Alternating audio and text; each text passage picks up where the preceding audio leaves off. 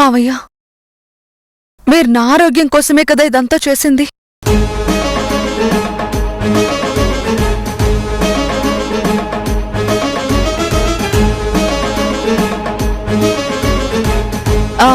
సరే మావయ్య, అత్తయ్య మీరెళ్ళి పడుకోండి, రాత్రి అవుతుంది కదా. పదవే.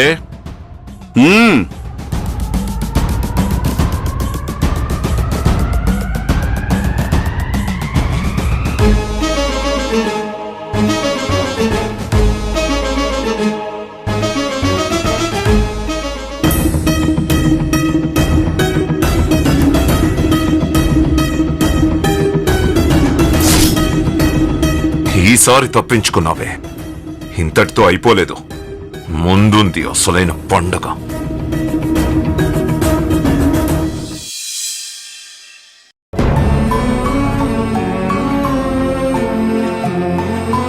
అమ్మమ్మ, మమ్మీ ఇంకా రాలేదే? నువ్వే అన్నావు కదా ఆ దేవుడు చిన్నపిల్లల కోరిక తీరుస్తాడని. మరి నా కోరిక ఇంకా ఎందుకు తీర్చలేదు?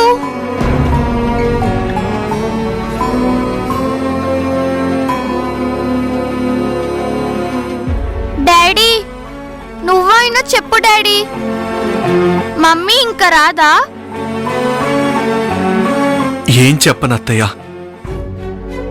నీలాగా మాయమాటలు చెప్పి ఈ రోజుకు మరిపించొచ్చు, కానీ రేపేం చెప్పాలి? వర్ణ వస్తుందనే ఆశతో కన్నీళ్లు కూడా రావట్లేదు. కాసేపు ఏడ్చి బరువు దించుకుందామంటే ఇలాంటి పరిస్థితులు మనకెప్పుడు ఎదురవ్వలేదు. ఇలాంటి పరిస్థితి ఎలా దాటాలో అర్థం కావడం లేదు అత్తయ్య. కొన్ని ప్రశ్నలు, ఆలోచనలు నన్ను వెంటాడి చంపేస్తున్నాయి. ఆ ప్రశ్నలకు నాకు నేనే సమాధానం చెప్పుకోలేకపోతున్నాను. అసలు వర్ణ ఎక్కడికెళ్ళింది? ఎక్కడైనా ప్రమాదంలో ఉందా, లేక అసలు ఈ భూమి మీదే? ఒరే కళ్యాణ్, అలా మాట్లాడకురా. అత్తయ్య, అక్కడ జరిగిందేంటో తెలియనప్పుడు ఇలాగే ఊహిస్తాం. ఆ ఊహల్లోనే నిజాలుండొచ్చు, మనం ఊహించింది జరిగి ఉండొచ్చు. ఏది ఏమైనా నా ఆశ ఒక్కటే, తనెక్కడికెళ్ళినా తిరిగి రావాలని అనుక్షణం అనుకుంటున్నాను. ప్రతి క్షణం తన రాక కోసం ఎదురు చూస్తున్నాను. నా కోసం కాకపోయినా నా కూతురు ఎదురుచూపుల కోసమైనా తనొస్తే బాగుండు అనిపిస్తోంది అత్తయ్య. ఒకవైపు ఆత్మీయురాలనుకున్న గిరిజ చెప్పకుండా వెళ్ళిపోయింది, మరోవైపు నాలో భాగమైన నా భార్య వర్ణ కనిపించకుండా పోయింది. ఎందుకు దేవుడా నా తలరాతి ఇలా రాచావు?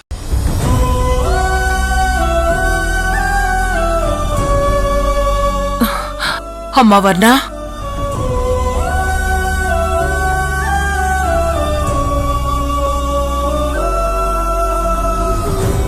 మమ్మీ, మమ్మీ, ఊరుకో అమ్మా.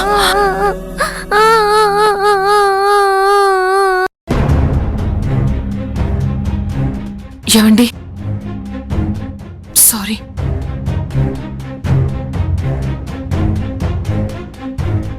వర్ణ, ఎక్కడికెళ్ళావమ్మా? నీ గురించి మేమెంత కంగారు పడ్డావో తెలుసా? సారీ పెద్దమ్మా, మీకు చెప్పాలి కానీ అనుకోని పరిస్థితుల్లో చెప్పలేకపోయాను. అసలు నీ ఫోన్ ఏమైందమ్మా? నా ఫోన్ ఛార్జింగ్ అయిపోయి స్విచ్ ఆఫ్ అయిపోయింది. అసలు ఎక్కడికి వెళ్ళావు? ఒక ఎన్జిఓ పిలుపు మేరకు కొంతమంది భూ నిర్వాసితులను ఆదుకోవడానికి ఆదిలాబాద్ వెళ్లాను. నిన్నే వచ్చేయాలి, కానీ కుదరలేదు. వర్ణ, ఇంట్లో పిల్లకి జ్వరం పెట్టుకుని అలా ఎలా వెళ్ళావమ్మా? అంటే లాక్యం చూసుకోవడానికి మీరందరూ ఉన్నారు కదా. వర్ణ, మానవత్వం ఉన్న మనిషిగా నువ్వు రియాక్ట్ అయ్యావు, ఓకే. ఒక తల్లిగా, భార్యగా నీ బాధ్యతని మర్చిపోయావు. నీకోసం మేవెంత కంగారు పడ్డామో తెలుసా? కళ్యాణ్ అయితే నువ్వు కనిపించిన దగ్గర్నుంచి అన్నం కూడా తినకుండా నీకోసం వెతుకుతూ తిరుగుతూనే ఉన్నాడు.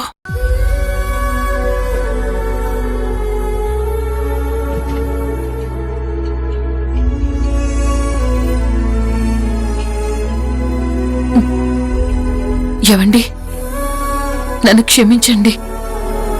ఇంకెప్పుడు మీకు చెప్పకుండా, మీ పర్మిషన్ లేకుండా బయటికి వెళ్ళను. నిన్ను ఏ రోజైనా ఈ పని చెయ్యి, ఆ పని చెయ్యొద్దు అని కమెంట్ చేశానా? లేదండి.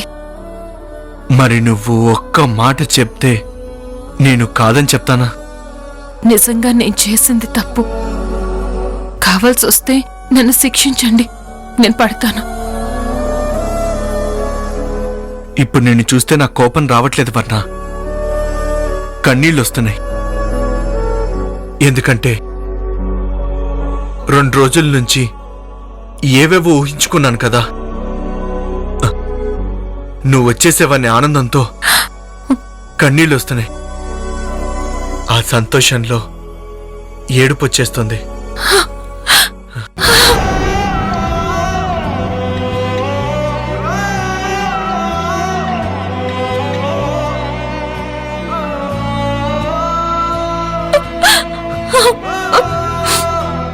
మిమ్మల్ని బాధ పెట్టాను, నన్ను క్షమించండి. వర్ణ, నిన్ను నేను క్షమించడం అంటే నన్ను నేను క్షమించుకున్నట్టే. నువ్వు తిరిగొస్తే చాలు అనుకున్నాను. నాకింకిప్పుడు మనసులో ఏమీ లేవు.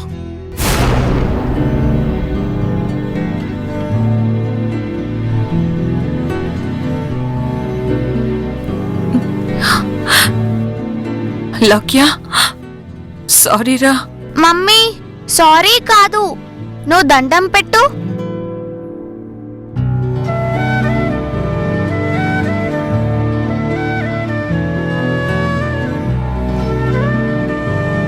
అమ్మా వర్ణ, నువ్వు రావాలని దేవుణ్ణి కోరుకుందంటమ్మా. నువ్వొచ్చావని నీ చేత కూడా దండం పెట్టిస్తోంది.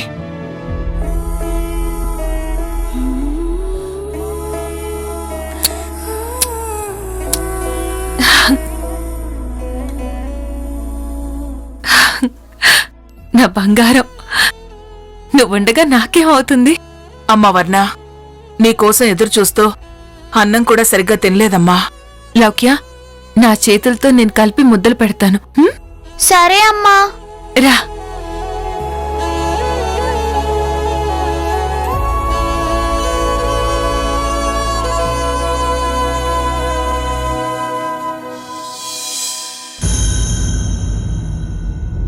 The number you have dialed is currently switched off.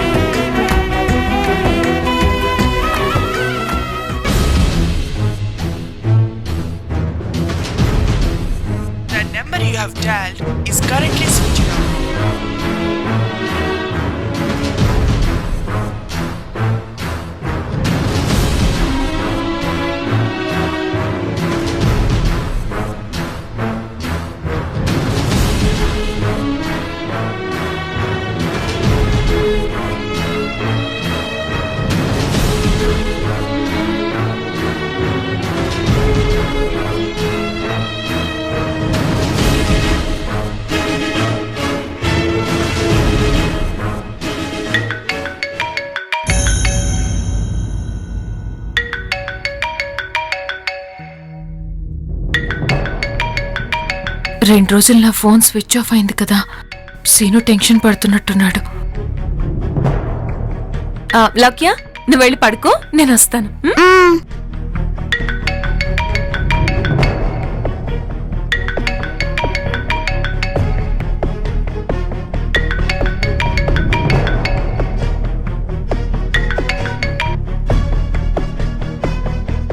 Scene, వర్ణమ్మా. ఏంటి ఈ టైంలో ఫోన్ చేసావు? ఏమైనా ఎమర్జెన్సీనా? కాదమ్మా, డాక్టర్ గారు మీతో ఒక విషయం చెప్పమన్నారమ్మా. ఏంటది? రేపు గొప్ప డాక్టర్ అంటమ్మా, అమెరికా నుంచి వస్తున్నారంట. అతను రాగానే మన గిరిజమ్మను చూపిస్తే మన గిరిజమ్మ మామూలు మనిషి అయిపోతుందంట. సరే చూపిద్దాం. అది కాదమ్మా, అతను బాగా డబ్బులు తీసుకుంటాడంట. ఎంతన్నారు? 1,00,000 అది కూడా రేపే ఇవ్వాలంట. 1,00,000 కదా, రేపు కట్టేద్దాం. సరేనమ్మా, ఇది చెప్దామనే చేశాను. ఉంటానమ్మా. సరే.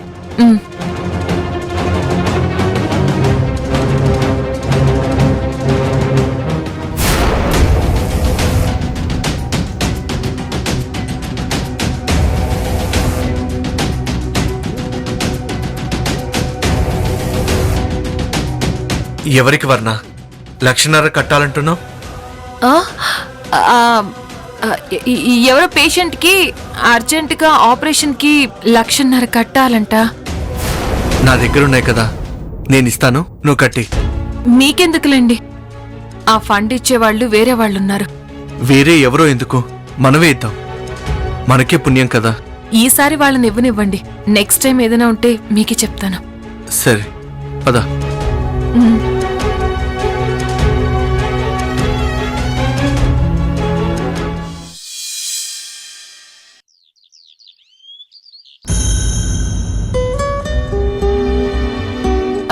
సీను, డాక్టర్ ఉన్నారా? డాక్టర్ రౌండ్స్ లో ఉన్నారమ్మా. ఓ,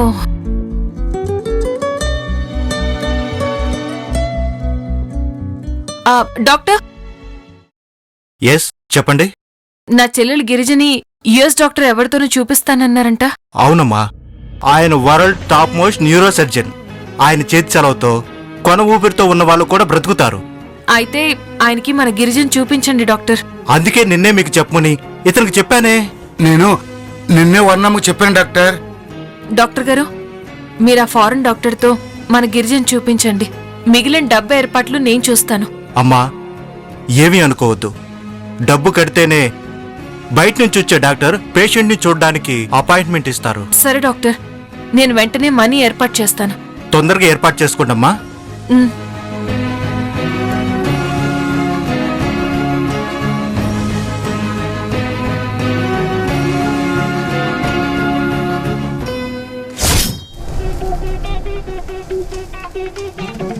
చూడు, నిన్నిక్కడికి తీసుకొచ్చింది నా పెళ్లికి వీలైనంత దగ్గరలో ముహూర్తం పెట్టడానికి. అలాగే సార్. అలాగే కాదు, అక్కడుంది మావయ్య, అతనికి జాతకాల పిచ్చి, ముహూర్తాల పిచ్చి. పాత పంతులు పెట్టిన ముహూర్తాన్ని కాదని కొత్త ముహూర్తానికి మావయ్యను ఒప్పించడం అంత ఈజీ కాదు. సార్, ఆ సంగతి నాకు వదిలేయండి, మీరు నా సంగతి చూసుకోండి. మా మావయ్యను ఒప్పిస్తే నువ్వు ఊహించనంత డబ్బిస్తా. అయితే పదండి. పద. రండి పంతులు గారు, రండి. మావయ్య, మావయ్య.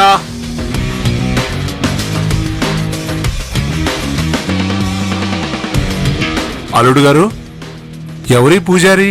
మావయ్య, ఈయన సిటీలోనే పేరు మోసిన పెద్ద పూజారి.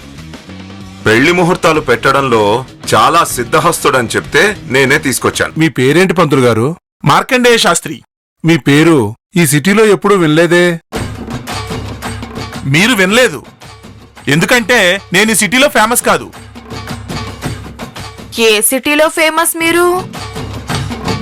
న్యూయార్క్ సిటీలో. అంటే మీరు విదేశాల నుంచి వచ్చారా? కాదు, స్వదేశం నుండి విదేశాలకు వెళ్లి డెస్టినేషన్ వెడ్డింగ్స్, తెలుగువారి పెళ్లిళ్లు చేయిస్తూ ఉంటాను. అయితే మీ ఫీజు ఎక్కువే అనుకుంటా. మంచి ముహూర్తంలో పెళ్లిని అంగరంగ వైభవంగా చేయించేవాళ్లు ఫీజు గురించి ఆలోచిస్తారా? ఆలోచించరు పూజారి గారు, కానీ మీ చేత ముహూర్తం పెట్టించుకునే భాగ్యం మాకు మిస్ అయింది.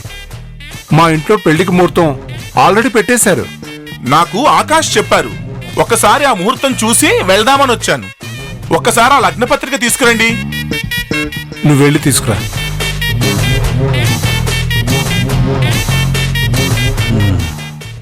మళ్ళీ కొత్త నాటకం మొదలుపెట్టాడు నీ కొడుకు. మీరు ఆపుతారా? కూర్చోండి పూజారి గారు.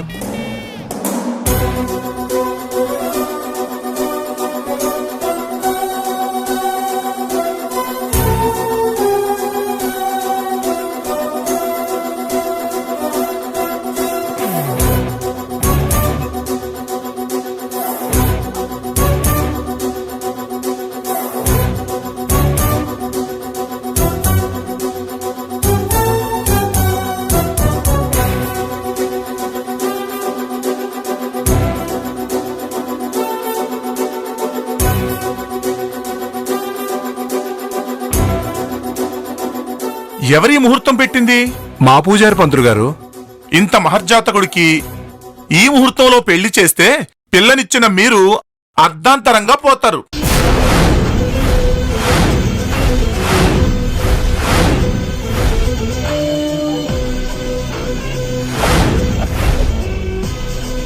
మా పంతులు గారు అలాంటి చెడ్డ ముహూర్తాలు పెట్టరే. అమ్మా, ఈ మార్కండేయ శాస్త్రి మాటలో తప్పుండదు. ఈ ముహూర్తానికి పెళ్లి జరగకూడదు. జరిగితే అది చావే.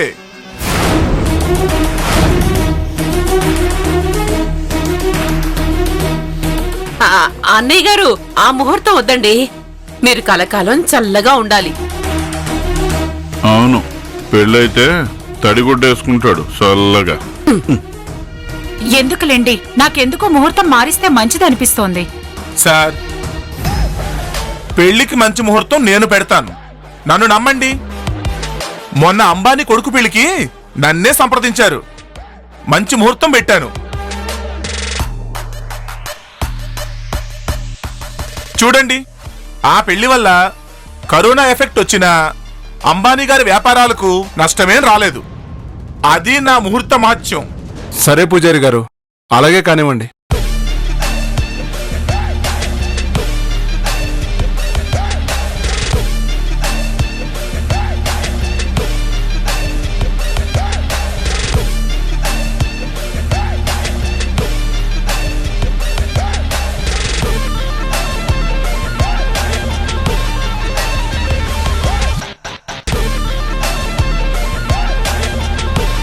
మార్చి 20న మంచి ముహూర్తం ఉంది. ఇలాంటి ముహూర్తం దశాబ్దానికి కాదు, శతాబ్దానికి ఒక్కటొస్తుంది. మంచిది పూజారి గారు, అదే రోజు ఓకే చేసేయండి. ఏమావయ్యా? మంచిదే, కాకపోతే మరీ దగ్గరగా ఉంది ముహూర్తం. అందరం తలో చేయి వేసి పనులు చేసుకుందాం అన్నయ్య గారు. మీరిద్దరూ చెరోకి చెయ్యి ఆయన నెత్తి మీద పెట్టి ఆర్పేయడానికేగా ఈ ముహూర్తం. మీరు నోరు మూయండి. సరే పూజారి గారు, అదే ముహూర్తం ఫిక్స్ చేయండి.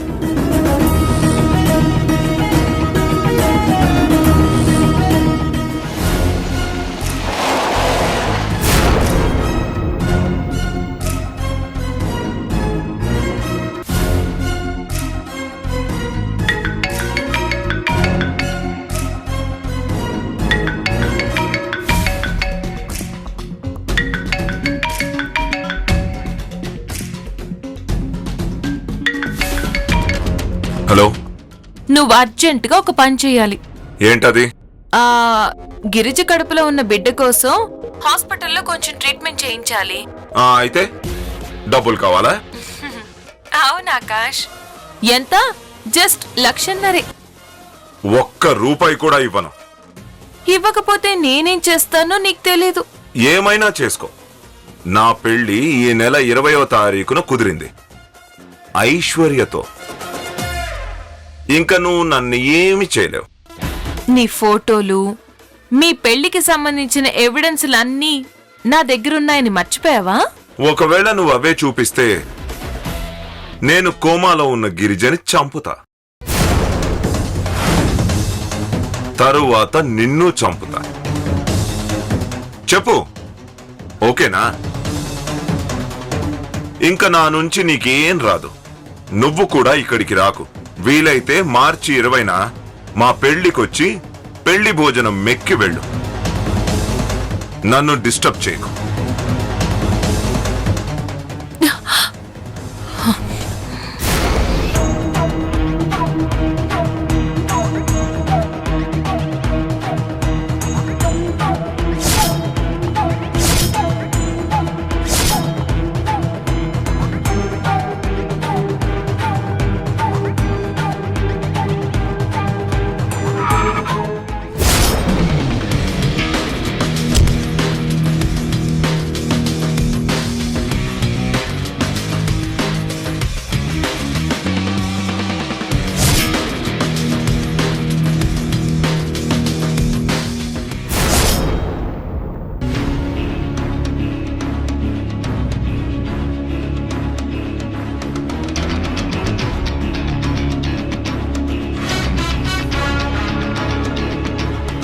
ఏంటి బావా, నన్ను పిలవకుండా నేను లేకుండా నీ పెళ్లి ఎలా జరుగుతుంది?